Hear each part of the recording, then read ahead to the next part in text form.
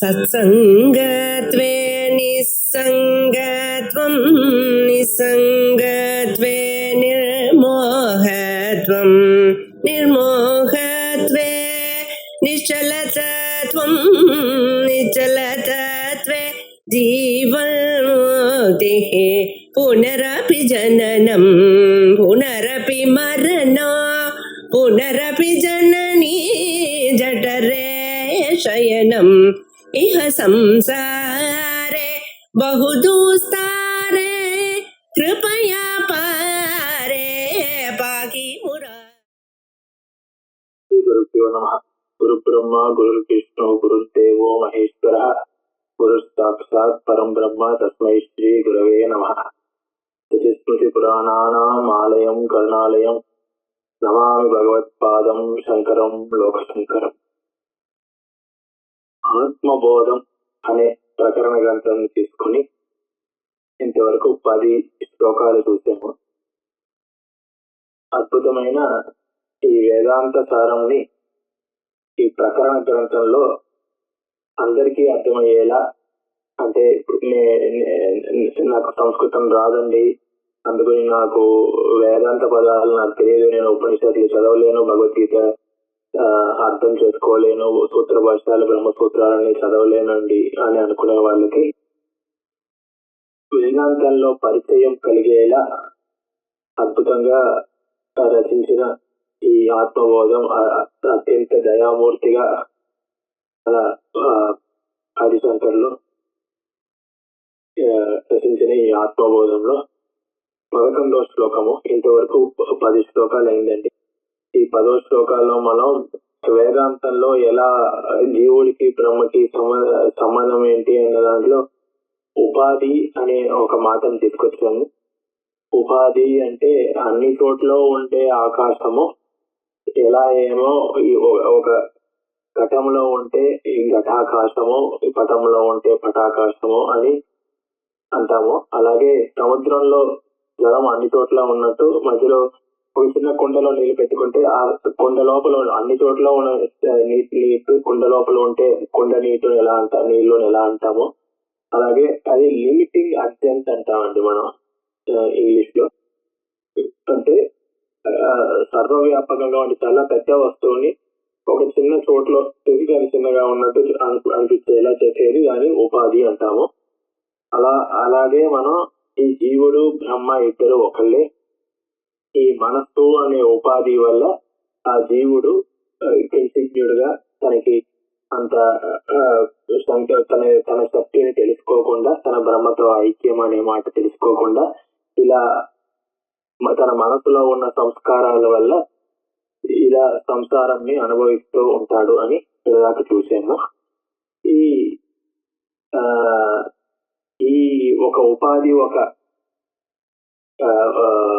ఈ ఉపాధి జీవుడు అనుకునే వల్ల ఎలాంటివన్నీ ఫలాలు కలుగుతున్నాయి, ఎలాంటివన్నీ అనుభవాలు కలుగుతున్నాయి జీవుడికి అనే మాటని మళ్ళీ 11వ శ్లోకంలో ఆరంభం చేసి చూస్తున్నాం.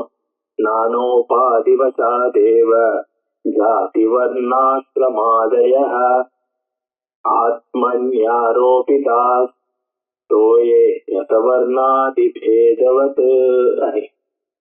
ఇలా మనం లోకంలో ఈ మనుషుల్లో జాతి వర్ణాశ్రమం అని ఇలాంటివన్నీ చాలా చూస్తూ ఉన్నాం. ఇప్పుడు ఈ పొలిటికల్ ఇదిలో అందరూ దీన్ని ఉపయోగించి చాలా ఇది చేస్తూ ఉంటారు.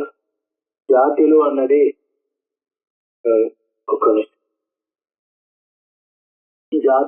జాతి అనేది బ్రాహ్మణ జాతి, క్షత్రియ జాతి, శూద్రుడు, వైశ్యుడు అని మన భగవద్గీతలోని చాతుర్వర్ణ్యం మయా సృష్టం యథాకర్మ యథాస్థితం అని చెప్పినట్టు అక్కడ ఏ విధంగానూ ఒకళ్ళు ఎక్కువ ఒకళ్ళు తక్కువ అని మన హిందూ మతంలో చెప్పలేదండి. ఒకళ్ళు బ్రాహ్మణులు ఎక్కువ, వైశ్యులు ఎక్కువ అని.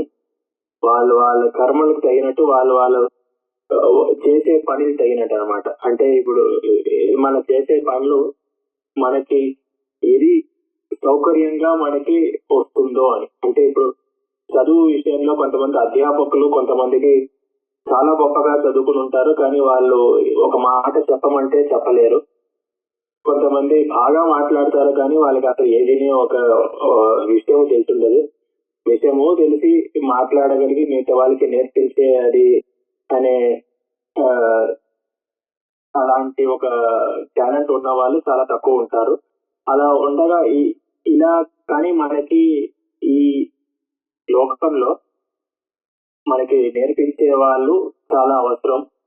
మనకి రోజు ఒక అవసరానికి మనకు ఉప్పు కావాలి, పప్పు కావాలి అంటే మనం బయటకు వెళ్ళి కొనుక్కుంటే కొనేందుకు అక్కడ ఆ అంగట్లో మనకి అమ్మేవాడు కూడా ఎంతో అవసరము. మళ్ళీ అందరినీ ఈ దొంగలు ఇలాంటి చెడు వాళ్ళు అందరి దగ్గర నుంచి కాపాడడానికి, పక్క దేశం దగ్గర నుంచి కాపాడడానికి రాజులు లాంటి మనకి పోలీసు లాంటి వాళ్ళు అంతే అవసరము. అలాగే మనకి ఇంటికి మన పనులు మనం ఎంత చేసుకోగలుగుతామో ఈ కాలంలో కొన్ని పనులు మనం చేయలేకపోతున్నాము. అందుకని ఇంట్లో పని వాళ్ళు అని ఉండడము కూడా అంతే అవసరము. అలాగా వాళ్ళకి చేసే పనికి తగినట్టు బ్రాహ్మణ జాతి, వైశ్య జాతి, శూద్ర జాతి, ఇది రాజులు అని ఇలా జాతులుగా మనం చేసుకున్నాము. అంతేకాని వాళ్ళు అందరూనే ఆ దేవుడిని తలుచుకుని వాళ్ళ కర్తవ్యాలు చేస్తూ ఉంటే తప్పకుండా ఆ భగవంతుణ్ణి చెందగలరు అని చెప్పబడింది. ఏ భగవద్గీతలో కూడా చెప్పబడింది. ఏ ఒక్క తన కర్తవ్యాన్ని ఆ పరమేశ్వరుడికి అర్పించి చేస్తే అని. కానీ ఈ జాతి అనే భేదము ఎందువల్ల వచ్చిందండి? ఈ జాతి ఆత్మకు ఉందండి? లేదు.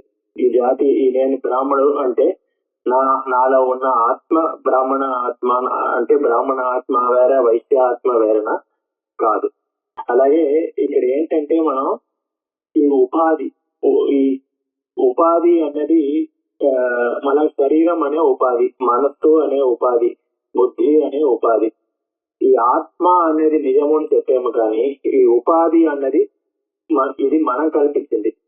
ఈ మనం కల్పించిన ఉపాధి ఈ ఉపాధి వల్ల ఆత్మకి ఏ విధమైన అనర్థమో లేకపోతే అశుద్ధమో రాదు.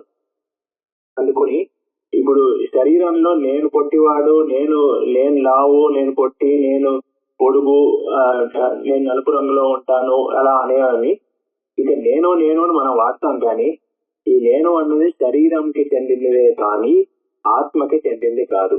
అందుకని అలాగే నేను బ్రాహ్మణుడు, నేను క్షత్రియుడు అనేటప్పుడు ఆత్మకు బ్రాహ్మణుడు ఒక ఆత్మకి, క్షత్రియుడు ఒక ఆత్మకి, వైశ్యుడు ఒక ఆత్మకి, శూద్రుడు ఒక ఆత్మకి ఏ విధమైన ఒక భేదము లేదు. ఇక నానోపాధి వశాదేవ జాతి వర్ణాశ్రమాలయ. జాతి చూసాము, అలాగే వర్ణాశ్రమాలు. వర్ణాశ్రమాలు అంటే ఏంటండి? మనకి బ్రహ్మచర్యము, గృహస్థాశ్రము, వానప్రస్థాశ్రము, సన్యాసాశ్రము అని ఇలా అనేకమైన ఆశ్రమాలు మనకు చెప్పబడుతుంది అనమాట. బ్రహ్మచర్య ఆశ్రమం చిన్నప్పుడు మనం ఉపనయనం చేసుకుని, బాల్యావస్థ తర్వాత ఉపనయనం చేసుకుని మన గురుకులంకి వెళ్ళి మన అధ్యాపకుల దగ్గర వెళ్ళి చదువుకుని వేదాధ్యయనం చేసుకునే అది వయసు, అది బ్రహ్మచర్యము. ఇప్పుడు మనం స్కూల్కి వెళ్ళే చదువు అది. పెళ్ళయ్యాక మనం ఉండేది గృహస్థాశ్రమం. మగుడు పిల్లలు కలిపి తన కర్తవ్యాలు, ఈ పూజలు, పురస్కారాలు, హోమాలు అన్ని చెయ్యాలి. దాని తర్వాత వానప్రస్థాశ్రమం అంటే నేను గృహస్థాశ్రమంలో ఇంట్లో ఉన్నట్టే ఉంటాను, ఈ లోకంలో అందరూ కలిసి ఉంటాను, కానీ లోకంలో అంతకుండా ఉంటాను, ఏ విధమైన ఆశలు లేకుండా నా లోపల నేనే ఈ పూజలు అన్ని చేసుకుని ఈ వేదాంతాలు చదువుకుంటూ ఆత్మజ్ఞానం కోసం నేను కష్టపడుతూ ఇలా ఉండేది వానప్రస్థాశ్రమం. అవన్నీ అయిపోయాక నేను తపస్సు చేసుకుంటాను అలా అనుకునే వాళ్ళు, ఈ అడవికి వెళ్ళి తపస్సు చేసుకుంటాను అని అనుకునే వాళ్ళు సన్యాసాశ్రమం. అన్నిటినీ వదిలేసి బంధుత్వాలు అన్నిటినీ వదిలేసుకుని వనానికి వెళ్ళి చేసేది సన్యాసం అన్నమాట. ఇలా 4 ఆశ్రమాలు కూడా చెప్పబడింది. మళ్ళీ అదే మరి ఈ ఆశ్రమాలన్నీ కూడా మనం చేసే పని, మనం ఉండే పరిస్థితికి తగినట్టు, మనం ఉండే వయసుకి తగినట్టు, మనం చేసే పనికి తగినట్టు శరీరంకి చెప్పబడిందే కానీ ఇది ఆత్మకు చెప్పబడలేదు. అందుకని ఈ ఆత్మ అంటూ బ్రహ్మచర్య ఒక ఆత్మ, గృహస్థులు ఒక ఆత్మ, వానప్రస్థులు ఒక ఆత్మ, సన్యాసులు ఒక ఆత్మ అని అక్కడ ఏ విధమైన ఒక భేదము లేదు అని. అందుకని నానోపారివశాదేవ జాతి వర్ణాశ్రమాదయ. ఈ ఉపాధివశం వల్లే జాతి అయినా సరే వర్ణాశ్రమం అయినా సరే మన లోకంలో మనం ఇవన్నీ వాడే మాటలన్నీనే ఈ ఉపాధి యందు ఉన్న ఒక గుణాలని మనం ఆత్మ యందు ఆరోపిస్తున్నాము కనుక మనకి ఇలాంటి అన్నిటి నేను నేను అనే అనుభవం వస్తూ ఉంటుంది. ఆత్మని ఆరోపితాహ, ఇవన్నీ ఆత్మ యందు ఆరోపింపబడింది. సో ఏ రసవర్ణాది భేదవత్. ఒక లోకంలో ఉదాహరణకు ఇవ్వాలి కదండి, హిస్టరీ మీకు ఇంకా బాగా అర్థం అవుతుంది కదా. నీళ్లు మనకి ఎప్పుడు శుద్ధంగా ఉంటుంది, రంగు లేకుండా ఉంటుంది. ఇలా నీటిలో ఒక చిన్న కొంచెం పంచదార వేసినా లేదా ఒక పసుపు వేసినా అది నీళ్లు పసుపు రంగులో అయిపోతుంది, పంచదార తీయగా అయిపోతుంది. మామూలుగా రుచి లేన ఈ నీటిలో ఇక్కడ పంచదార లేకపోతే ఉప్పు వేసిన వల్ల ఉప్పు ఒక రుచియో, లేకపోతే పంచదార వేసిన వల్ల పంచదార ఒక రుచియో వచ్చినట్టు, లేదా పసుపు వేసిన వల్ల పసుపు రంగు, లేకపోతే కుంకుమ వేసిన వల్ల ఎరుపు రంగు వచ్చినట్టు. అలా మామూలుగా నీటికి రసము వర్ణము లేదు, కానీ ఈ ఉపాధితో కలిపిన వల్ల ఈ పసుపు కుంకుమ లేదా ఉప్పు పంచదార ఇలాంటివన్నీ దీంతో ఒక సంబంధం ఏర్పడిన వల్ల ఆ రంగులోనో లేకపోతే ఆ రుచితోనో మన దానిపైన ఆ నీటికి వస్తుంది అనమాట. అలాగే ఆత్మ యందు కూడా ఇవన్నీ ఏది లేకపోయినా, జాతి వర్ణాశ్రములు ఏది లేకపోయినా ఇవన్నీ దానిపైన కల్పింపబడ్డాయి అని ఈ ఆత్మ యొక్క శుద్ధత్వంని ఈ యొక్క శ్లోకంలో ప్రతిపాదిస్తున్నారు అనమాట. నానోపాధివశాదేవ జాతి వర్ణాశ్రమాదయ ఆత్మన్యారోపితాస్తోయే రసవర్ణాది భేదవత్ అని 11వ శ్లోకం. దాని తర్వాత 12వ శ్లోకం. పంచీకృత మహాభూత సంభవం కర్మ సంచితం శరీరం సుఖ దుఃఖానాం భోగాయతనముచ్యతే అని. పంచీకరణం అని ముందు ఇప్పుడు ఉపాధి చెప్పాము. ఉపాధి అంటేనే మనకి 3 రకమైన ఉపాధులని ముఖ్యంగా చెప్పేది. స్థూల శరీరము, సూక్ష్మ శరీరము, కారణ శరీరము. ఈ జీవుడికి ఈ 3 ఉపాధులు అనమాట. స్థూల శరీరం అన్నది మనకి ఈ శరీరం అనమాట. ఈ సూక్ష్మ శరీరం అన్నది ఇంద్రియాలు, ప్రాణం అవని, అది వచ్చే శ్లోకంలో చూద్దాము. కారణ శరీరం అన్నది ఈ అవిద్య, అవిద్య ఒక కారణం వల్ల మనం ఇవన్నీ అనుభవిస్తున్నామో అది కారణ శరీరం అంటాము. అది మళ్ళీ 14వ శ్లోకంలో చూద్దాము. ముందు ఇక్కడ స్థూల శరీరము చెప్పబడింది. ఈ స్థూల శరీరం ఎలా చెప్తారండి అంటే ఇక్కడ పంచీకరణం అంటారు. భగవంతుడు ముందు పంచభూతాలని సృష్టించారండి. అగ్ని, అప్పు, వాయు, పృథివీ, ఆకాశం అనేది. అగ్ని అంటే నిప్పు, అప్పు అంటే జలము, వాయువు అంటే గాలి, పృథివీ అంటే భూమాత, ఆకాశం అంటే స్పేస్ అన్నమాట. మన ఆకాశం అంటే పైన ఉన్న ఆకాశము, మనకి మేఘాలన్నీ కనిపించే ఆకాశము అలా తీసుకోకూడదండి. స్పేస్ అన్నమాట. ఎక్కడైనా ఒక చోటు ఉంటే అది దాన్ని స్పేస్ అన్నమాట, దాన్ని ఆకాశం అంట అనమాట.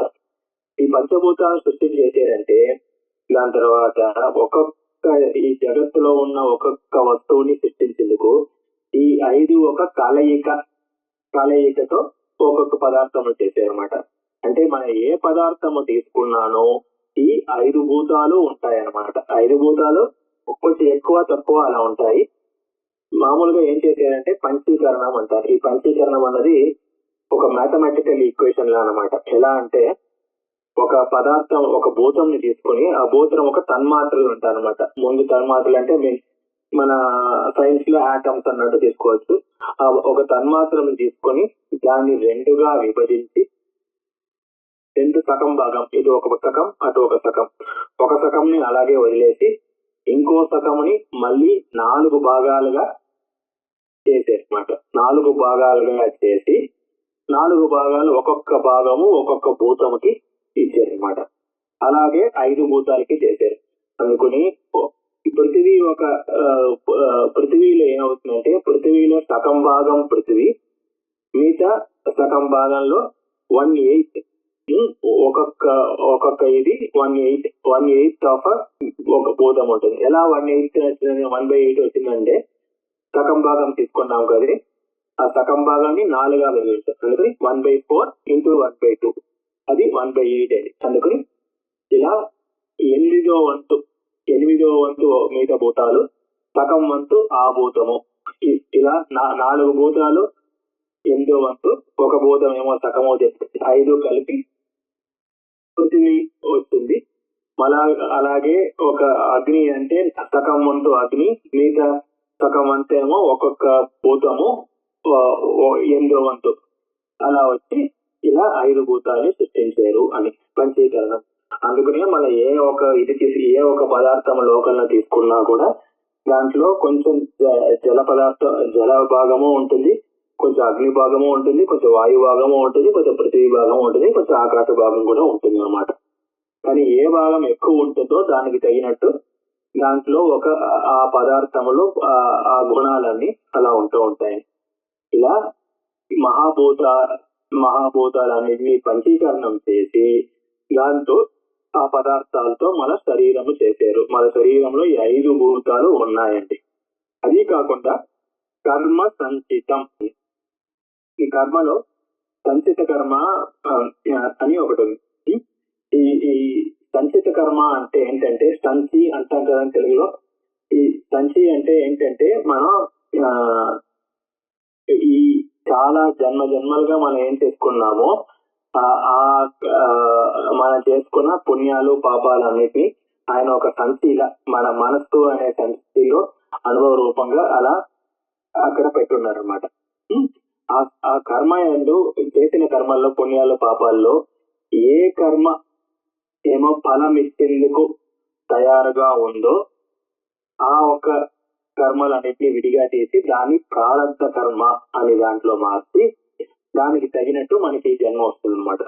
అంటే మనం పుట్టిందుకు ముందే ఇది నీ ప్రారంభ కర్మ, నువ్వు ఎప్పుడో చేసుకున్న పుణ్యాలు పాపాల్లో ఫలం ఇచ్చేందుకు తయారుగా ఉన్న కర్మలు ఇవి అని అది ప్రారంభ కర్మగా చేస్తారు. ఆ ప్రారంభ కర్మను ఎప్పుడు అనుభవించి తీస్తేమో అప్పుడు నీ శరీరంకి మరణం అన్నది ఏర్పడుతుంది అని చెప్పబడింది అనమాట. ఇది మన వేదాంత శాస్త్రంలో చెప్పబడింది.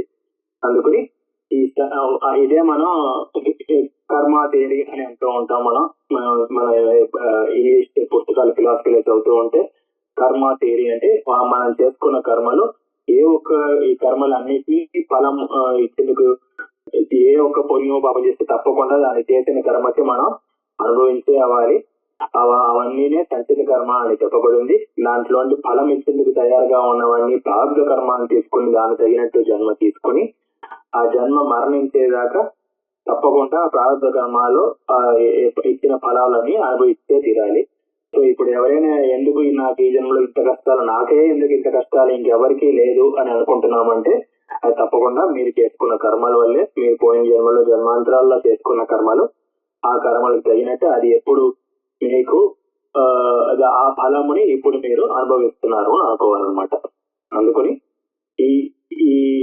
ఈ కర్మ ఫలాలు అనుభవించడం ఇవన్నీ సంసారం అనేది లేకుండా ఉండాలంటే ఆ ఆత్మజ్ఞానం తెలుసుకొని, అది తెలుసుకున్నా కూడా జ్ఞానం వచ్చినా కూడా ఈ జన్మలో ఈ ప్రారంభ కర్మ ఇవ్వాల్సిన ఫలం ఇచ్చే తీరుతుంది. కానీ సంచిత కర్మలన్నీ నాశనం అయిపోతాయి, ఇంకా మళ్ళీ జన్మం ఉండదు అని చెప్పబడింది. వేదాంత శాస్త్రంలో జ్ఞానం వచ్చి మోక్షం వచ్చిందంటే అది.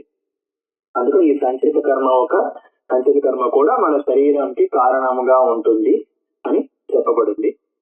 అలా ఈ సంచిత కర్మను పంచీకృత మహాభూతాలు ఇవి 2 కలిపి మన శరీరం అన్నది ఇవ్వబడింది మనకి. ఈ శరీరం అన్నది ఏంటండి, సుఖ దుఃఖానం భోగాయతనం వచ్చేదే. మనం సుఖమైన దుఃఖమైన అనుభవించేందుకు ఒక మార్గం కావాలి. మనకి ఈ శరీరం అనేది సుఖమో దుఃఖమో అనుభవించేందుకు ఒక ఆయతనం అనమాట. ఒక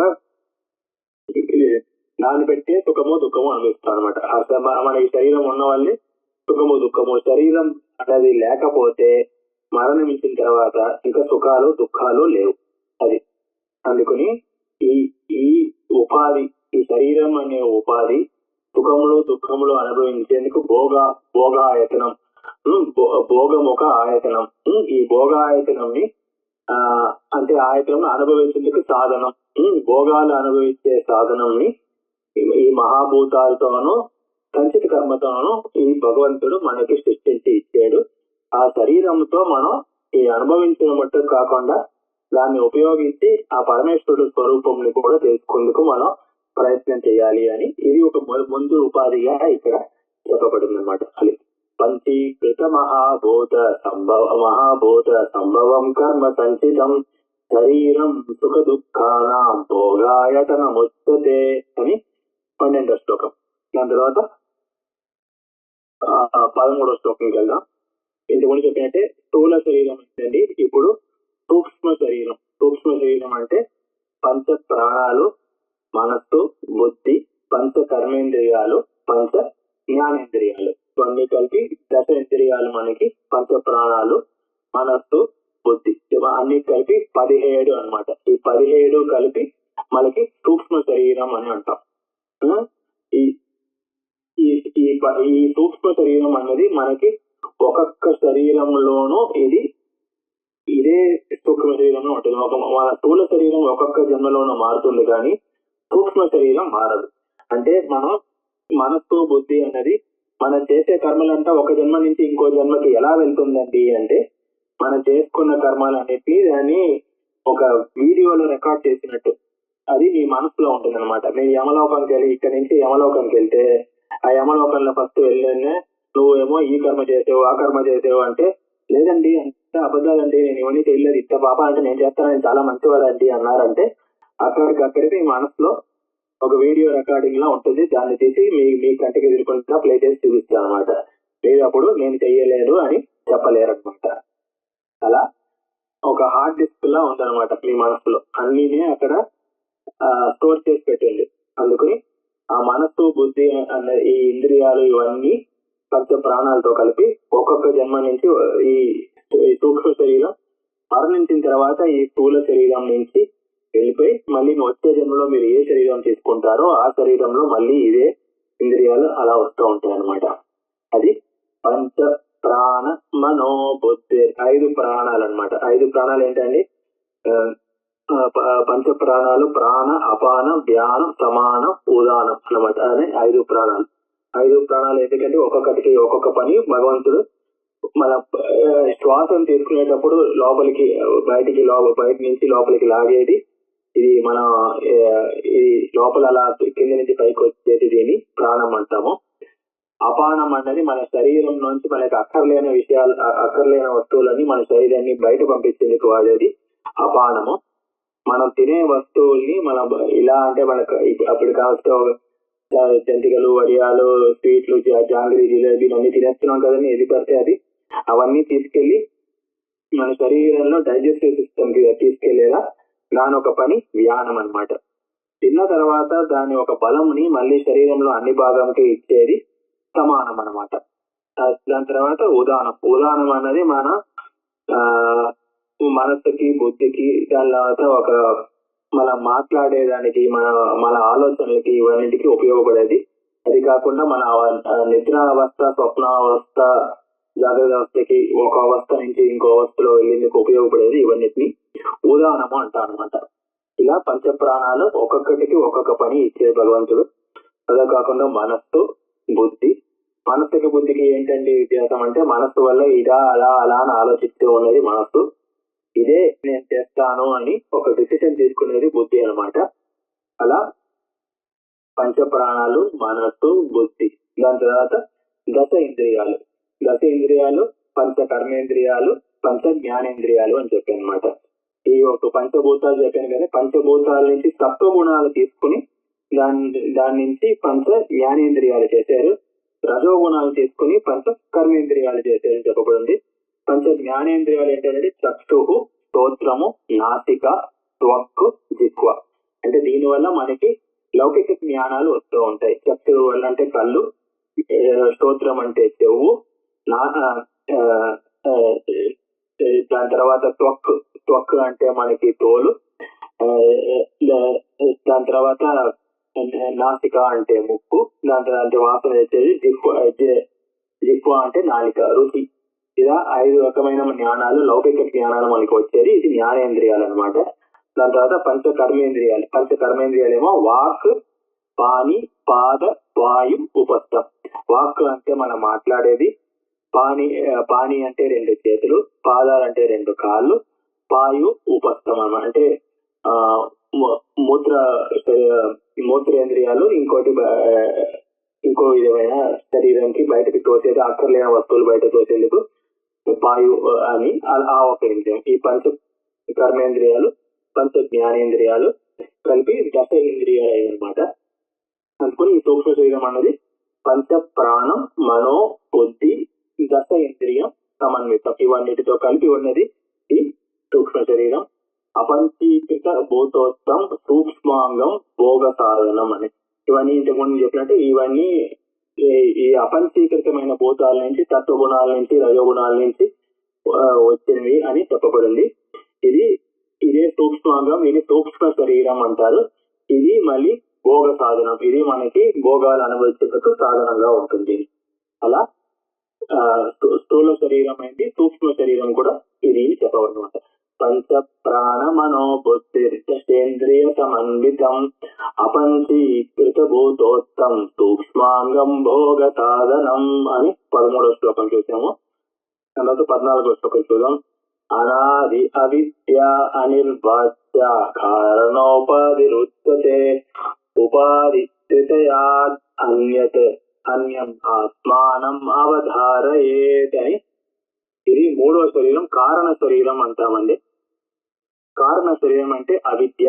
అంటే ఇంతకుముందు చెప్పినట్టు ఈ శరీరము ఇవన్నీ మనకి దేని వల్ల వచ్చాయంటే మనకి అవిద్య వల్ల వచ్చాయి. అవిద్య అంటే మనస్సులో మనకి ఇక్కడ శరీరం అంటూ నేను అనే అభిమానము, ఇంద్రియాలంటూ నేను అభిమానం, ఎందుకు చేతితో రాస్తే నేను రాస్తున్నాను అందాము, కాళ్ళతో నడిస్తే నేను వెళ్తున్నాను, నేను నడుస్తున్నాను అన్నాం. ఇలా ఇవన్నీ అవిద్య వల్ల మనకి ఆత్మయందు ఆరోపింపబడింది. శరీరంలో ఉన్న గుణాలు ఆత్మయందు ఆరోపింపబడింది. ఈ అవిద్య వల్లనే మనం ఈ సంసారం అనే దాంట్లో ఉన్నాం. ఈ అవిద్య నాశనం ఏంటంటే మనం జ్ఞానం తెచ్చుకుని జ్ఞానం వల్ల మోక్షము చేస్తాము. ఈ అవిద్య అనేది మనకి 2 రకాలుగా చెప్పుకోండి. ఆవరణ శక్తి, విక్షేప శక్తి అని 2 రకాలమైన శక్తి చెప్పింది అవిద్యకి. ఈ ఆవరణ శక్తి అంటే ఒకటి కనిపించకుండా మనకి చేయడం, అంటే మనకి కంటికి ఎదురకుండా ఉన్నా కూడా నాకు కనిపించలేదండి అని అనిపిస్తాను ఒక్కొక్కసారి, అవన్నీ ఆవరణ శక్తి అని. విక్షేప శక్తి అంటే ఒకటి ఇంకోలా కనిపించేది అనమాట.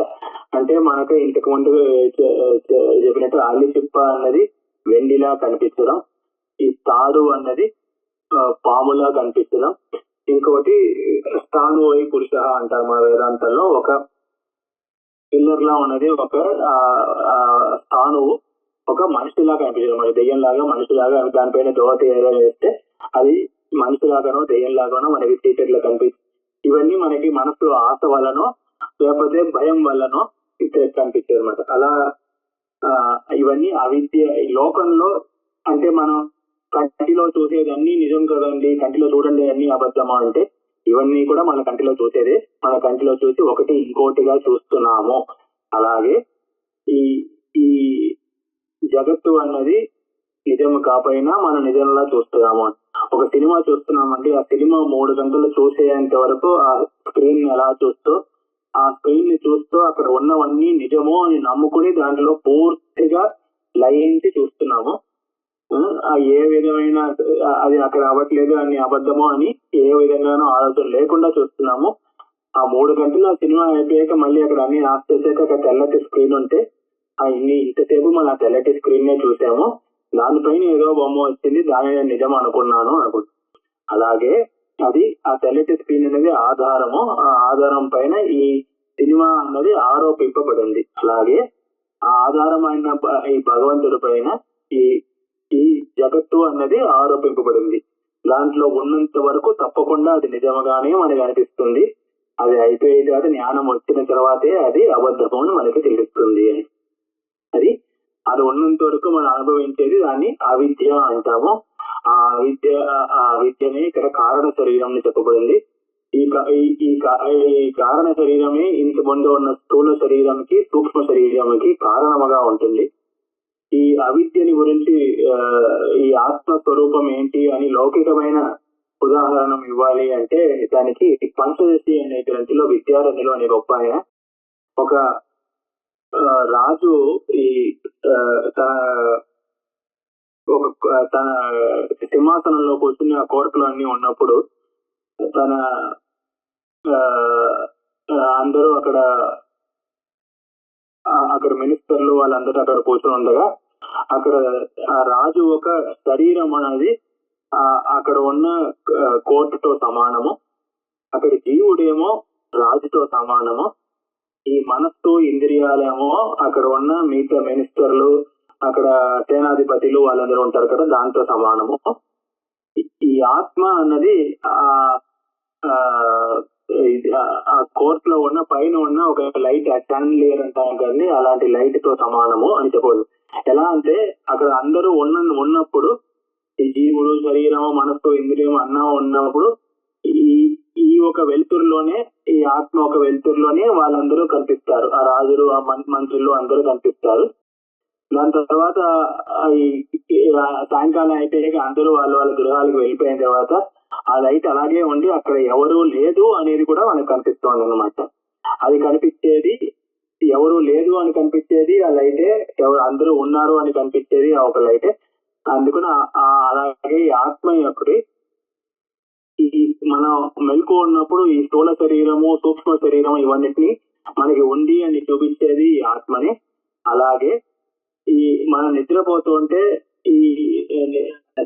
ఇవి ఎవరు లేదు అని స్థూల శరీరము సూక్ష్మ శరీరము లేదు అని మనకి చూపించి ఈ కారణ శరీరం అవిద్య ఒకటే ఉంది అని కూడా అది చూపించేది ఆత్మ ఒకటే అని అద్భుతంగా లౌకికమైన ఉదాహరణతో ఆత్మ అంటే ఏంటి అవిద్య అంటే ఏంటి అని విద్యారణ్యులు పంచదశి అనే గ్రంథంలో చెప్పారు. ఈ అవిద్యని గురించి మనం ఎంతైనా విచారం చేయొచ్చు, కానీ మనకు కావాల్సింది ఇక్కడ విద్య గురించి జ్ఞానం గురించి తెలుసుకోవాలి, కానీ అవిద్య గురించి కాదు.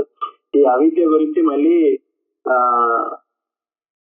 భగవత్పాదులు వివేక చూడమని గ్రంథంలో సన్యాపసన్నాప ఉభయాత్మికానో భిన్నాపభిన్యాపు ఉభయాత్మికానో సాంగాప్యనంగాపి ఉభయాత్మికానో మాద్భుతం అనిర్వచనీయమేతత్ అని అద్భుతంగా ఒక శ్లోకం. ఇది ఉంది అని సన్నాపసన్య అవి ఉంది అని చెప్పలేము, లేను అని చెప్పలేము.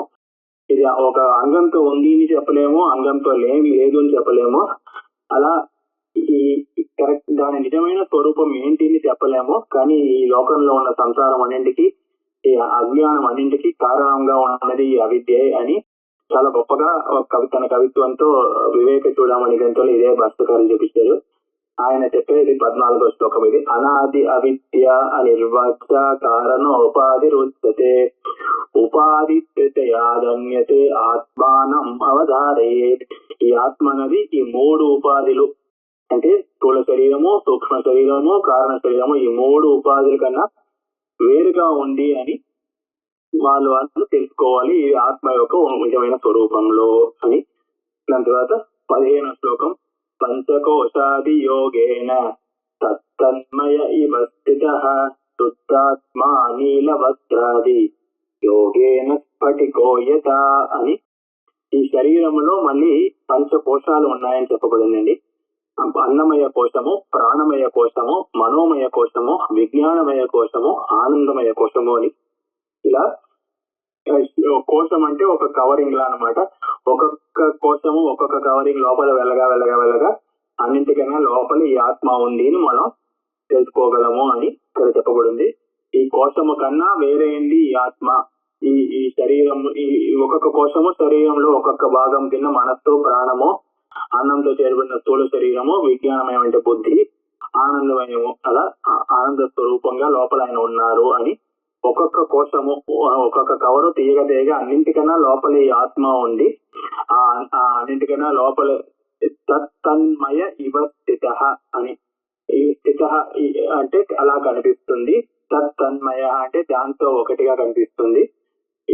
ఈ పంచకోశాలతో యోగి అని ఈ పంచకోశాలు దాని పైన ఉన్న వల్ల ఇది నేను అన్నమయ శరీరంతో ఒకటిగా నాకు కనిపిస్తుంది, ప్రాణంతో ఒకటిగా నాకు అనిపిస్తూ ఉంటుంది. అంటే నేను శ్వాస తీసుకుంటున్నాను, నేను భోజనం చేస్తున్నాను, నేను ఆలోచిస్తున్నాను, నేను ఈ ఒక డిసిషన్ తీసుకున్నాను. అలా బుద్ధి ఒక కార్యము, మనస్సు ఒక కార్యము, ప్రాణం ఒక కార్యము, స్థూల శరీరం ఒక కార్యం, అన్ని కార్యాలు అవన్నీ ఒక్కొక్క పదార్థాలు చేస్తుంటే అవన్నిటిని ఆత్మయందు ఆరోప చేసి నేను చేస్తున్నాను అనేది తత్తన్మయ. అందుకని తన్మయంగా ఆత్మయందు మయంగా ఆలోచించేది. ఎందుకంటే అది చుట్టూ, శరీరం చుట్టూ, ఈ ఆత్మయ చుట్టూ ఈ 5 కోశాలు ఉన్నాయి కనుక ఈ శుద్ధమైన ఆత్మ నీలవస్త్రాది యోగేన స్ఫటికోయత. ఈ శుద్ధమైన ఆత్మకి ఈ పంచకోశాలతో ఏ విధమైన సంబంధము లేదు. కానీ మళ్ళీ ఒక లౌకిక ఉదాహరణ మనకు అర్థమయ్యేలా, స్ఫటికం అని మన పూజలో వాడుతూ ఉంటుంది. ఈ స్ఫటికం అన్నది పక్కన ఒక నీలమైన వస్త్రమో లేకపోతే ఒక ఎరుపు రంగు పుష్పమో ఏమంటే ఆ ఒక రంగు ఈ స్ఫటికం గా ఉన్నట్టు మనకి స్ఫటికం ఆ రంగులో కనిపిస్తూ ఉంటుంది. నీల వస్త్రం పక్కన ఉందంటే నీలి రంగుగాను, ఎరుపు పుష్పం ఉండిందన్నా ఎరుపు రంగుగాను, అలా స్ఫటికం ఆ రంగులో ఉన్నట్టు కనిపిస్తుంది. వస్తుత చూసామంటే ఆ స్ఫటికం మణికి ఏ ఒక్క రంగు లేదు, శుద్ధమైన స్ఫటికంగా ఉంటుంది. అలాగే శుద్ధమైన ఆత్మ చుట్టూ ఉన్న కోశాల వల్ల ఆ ఒక ఆలోచనలు మనకి అక్కడ ఉన్న గుణాలు ఆత్మ ఏంటో ఉన్నట్టు మనకి అనిపిస్తూ ఉంటుంది. ఇలా 15వ శ్లోకం చెప్పి ముగిస్తాం. పంచకోశాది యోగేన తత్తన్మయ ఇవ స్థితః శుద్ధాత్మా నీలవస్త్రాది యోగేన స్ఫటికోయత అని ఇలా అద్భుతంగా 15 శ్లోకాలు చూసాము. ఇలా భగవత్పాదులు ప్రసాదించే ఈ ఆత్మబోధం అనే గ్రంథము ఇంకా ఈ వేదాంత రుచిలో మనం మునిగిపోయి మిగతా భాగము తరువాతి భాగం మరి నెక్స్ట్ లెక్చర్ లో చూద్దాం. ఇంతతో సెలవు. ఓం సహనావతు సహనౌ భునక్తు సహ వీర్యంకరవావహై తేజస్వినావధీతమస్తు మా విద్విషావహై. ఓం శాంతి శాంతి శాంతి. శ్రీ గురుభ్యో నమః. హరి ఓం.